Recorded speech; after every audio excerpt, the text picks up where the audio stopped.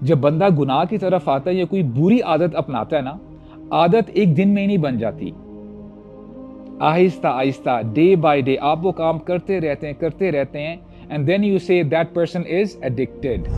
ان سے گناہ ہو گیا، اپنی جیب میں ہاتھ ڈالیں گے، اچھا میرے پاس کتنے پیسے پڑے ہیں، کسی غریب کو پیسے دے دیے، صدقہ کر دیا، انشاءاللہ مجھے معافی مل جائے گی. انہوں نے نیکی زیادہ کر لی، شیطان ان کا منہ دیکھتے رہتا ہے، یہ اس نے کیا کیا، اس کو تو میں دین سے دور لے کے جانا چاہتا ہوں، یہ تو اپنی نیکیوں میں آگے جاتا جا رہا ہے. یعنی کیا زبردست کمال کے آدمی ہو، جس راستے کو اختیار کرتے ہو تم، جس راستے پر چلتے ہو، شیطان وہ راستہ چھوڑ کر بھاگ جاتا ہے. بندے کا دل نرم پڑ سکتا ہے جب اس کا پیٹ بھرا ہوا ہو. تو امام احمد کہتے ہیں لا ارا، میں نے کبھی نہیں دیکھا، میں نے کبھی ایکسپیرینس نہیں کیا. You know what I have learned, کہ جب آپ کو سمجھ میں آنا شروع ہو جاتی ہے بات، یو ریئلی انجوائے اٹ، آپ کو نا لذت آتی ہے. جب ہم ورب کی بات کرتے ہیں نا، فعل کی، تو ورب کی نا لمیٹیشنز ہوتی ہیں. ہم جانتے ہیں کہ ورب یا تو پاسٹ ہوتا ہے، یا پریزنٹ، یا فیوچر کی بات ہو رہی ہوتی ہے. دیر از اے لمیٹیشن، ٹائم فریم ہوتا ہے. جب ہم ناؤن کی بات کرتے ہیں نا، اسم کی، وہ لمٹ لیس ہوتا ہے، اس میں ٹائم باؤنڈ کا کوئی جو ہے سلسلہ نہیں ہوتا. تو یہاں پہ جو لفظ استعمال کیا گیا ہے، I want you to focus on this word، فَإِذَا هُمْ مُبْصِرُونَ. مبصرون، اللہ تعالیٰ نے یبصرون نہیں کہا، یبصرون ہوتا تو پھر یہ ورب ہوتا، ٹائم باؤنڈ ہو جاتا. مبصرون کا مطلب یہ ہے کہ یہ ان کی عادت ہے، یہ ان کی ہیبٹ ہے کہ جب بھی شیطان ان کو چھوتا ہے یا ان سے گناہ صغیرہ ہو جاتا ہے، چھوٹے گناہ ہو جاتے ہیں، یہ فوراً ہی اٹینٹیو ہو جاتے ہیں، الرٹ ہو جاتے ہیں، اللہ تعالیٰ کو یاد کرتے ہیں. یہ ان کی ہیبٹ بن چکی ہے. These people are habitual. جب بندہ گناہ کی طرف آتا ہے یا کوئی بری عادت اپناتا ہے نا، عادت ایک دن میں ہی نہیں بن جاتی، آہستہ آہستہ ڈے بائی ڈے آپ وہ کام کرتے رہتے ہیں اینڈ دین یو سے دیٹ پرسن از ایڈکٹیڈ، اس کو ایڈکشن ہو گئی ہے. اب یہاں سے یہ بھی ہمیں پتہ چلا کہ یہ بندے الحمدللہ اللہ تعالیٰ ہمیں ان لوگوں میں شامل فرمائے جو یہ متقون کا رینک ہے. یہ اچھی ہیبٹ اتنی زیادہ کر رہے ہیں کہ یہ ان کی پراپر ان کی پرسنالٹی بن چکی ہے. فَإِذَا هُمْ مُبْصِرُونَ. اچھا، یہ جو بندے ہیں نا، یہ جو متقون ہیں، یہ شیطان کے ناک میں دم کر کے رکھتے ہیں. شیطان ان سے ڈرتا ہے، کیونکہ شیطان کا مقصد کیا ہے، اس کا پرپس کیا ہے. اللہ تعالیٰ تو ہمیں بار بار بتاتے ہیں قرآن مجید میں، اِنَّ الشَّيْطَانَ لَكُمْ عَدُوٌّ مُبِينٌ، کہ شیطان تمہارا کھلا دشمن ہے.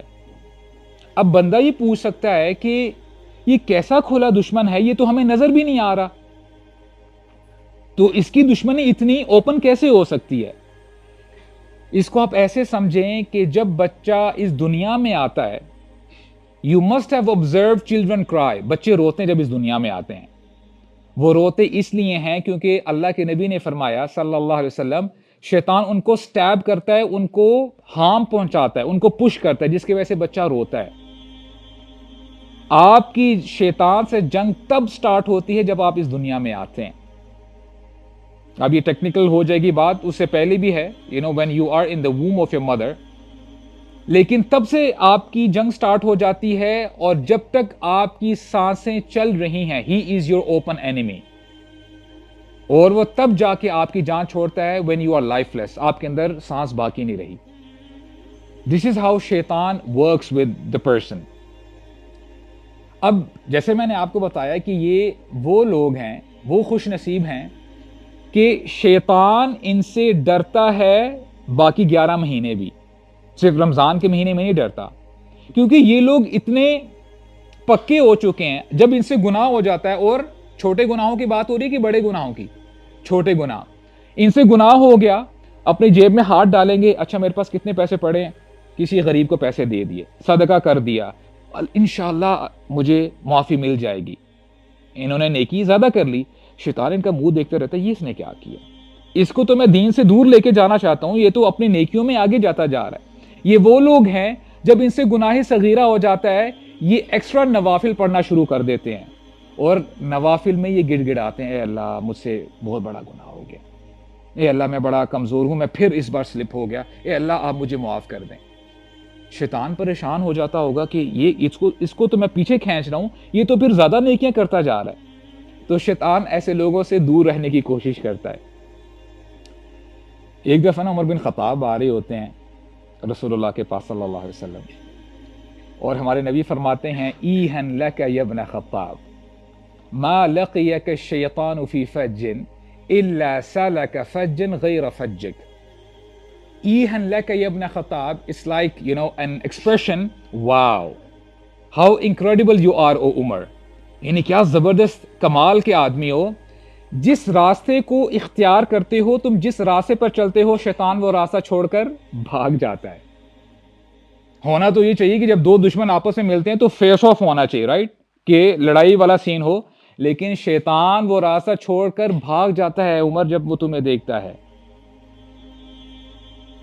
ابن القیم رحمہ اللہ اس حوالے سے فرماتے ہیں یا تو بندہ اپنی نیکیوں کے ساتھ یا اپنے تقوی کے ساتھ شیطان کو سزا دیتا ہے. شیطان اندر ہی اندر جو ہے نا وہ جیلسٹ ہو رہا ہوتا ہے، وہ کڑ رہا ہوتا ہے کہ میں اس کو روک نہیں پا رہا، یہ دیکھو نیکیوں میں آگے جاتا جا رہا ہے اور اس کو اذیت پہنچتی ہے.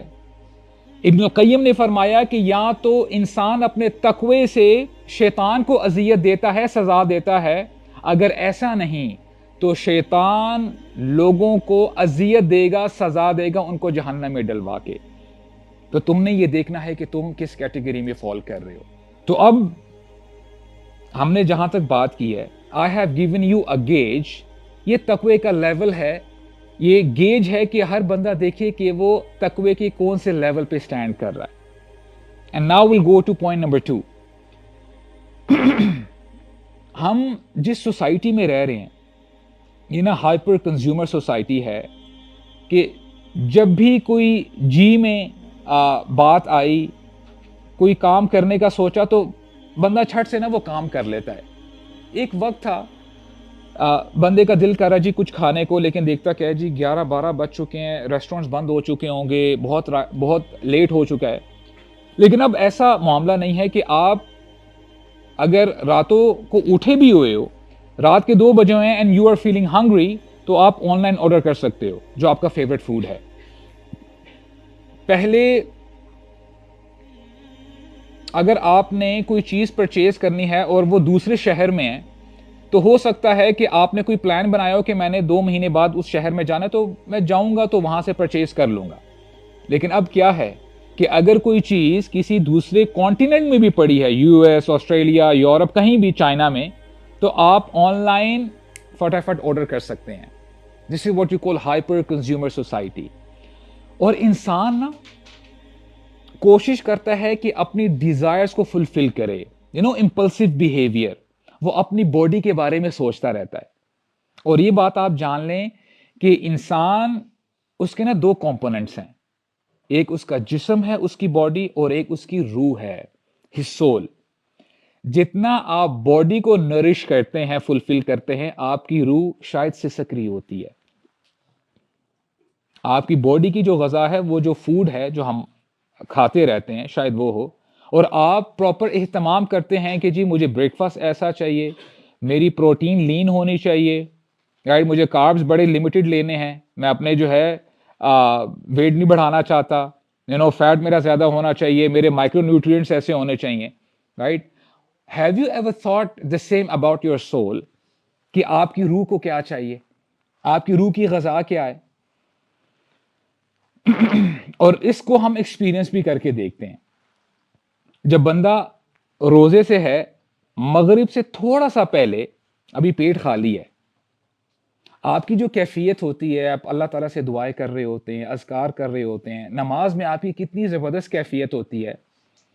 جیسے ہی آپ نے سموسے کھائے، افطاری کی، شاید اس کے بعد آپ روزہ کھولنے کی دعا بھی بھول جاتے ہیں، اور پتہ پھر تراوی میں چل رہا ہوتا ہے کہ تراوی میں بندہ ڈوز آف کر رہا ہوتا ہے. اسی لیے امام احمد بن حنبل سے پوچھا گیا ایرق القلب مع الشبع، کہ کیا بندے کا دل نرم پڑ سکتا ہے جب اس کا پیٹ بھرا ہوا ہو؟ تو امام احمد کہتے ہیں لا ارا، میں نے کبھی نہیں دیکھا، میں نے کبھی ایکسپیرینس نہیں کیا. اور ہم ویسے رمضان میں ایکسپیرینس کرتے ہیں کہ روزے میں ہماری کیا کیفیت ہوتی ہے، جب ہماری روح بڑی سٹرونگ ہوتی ہے اس وقت، ہاں باڈی ہماری ویک ہوتی ہے، لیکن جیسے ہی آپ نے اپنی باڈی کو فلفل کیا، آپ کی روح جو ہے وہ کمزور پڑ جاتی ہے۔ اور یہ بات آپ جان لیں کہ آپ کی روح کی غذا کیا ہے؟ اللہ کا ذکر، اللہ کے سامنے جھکنا،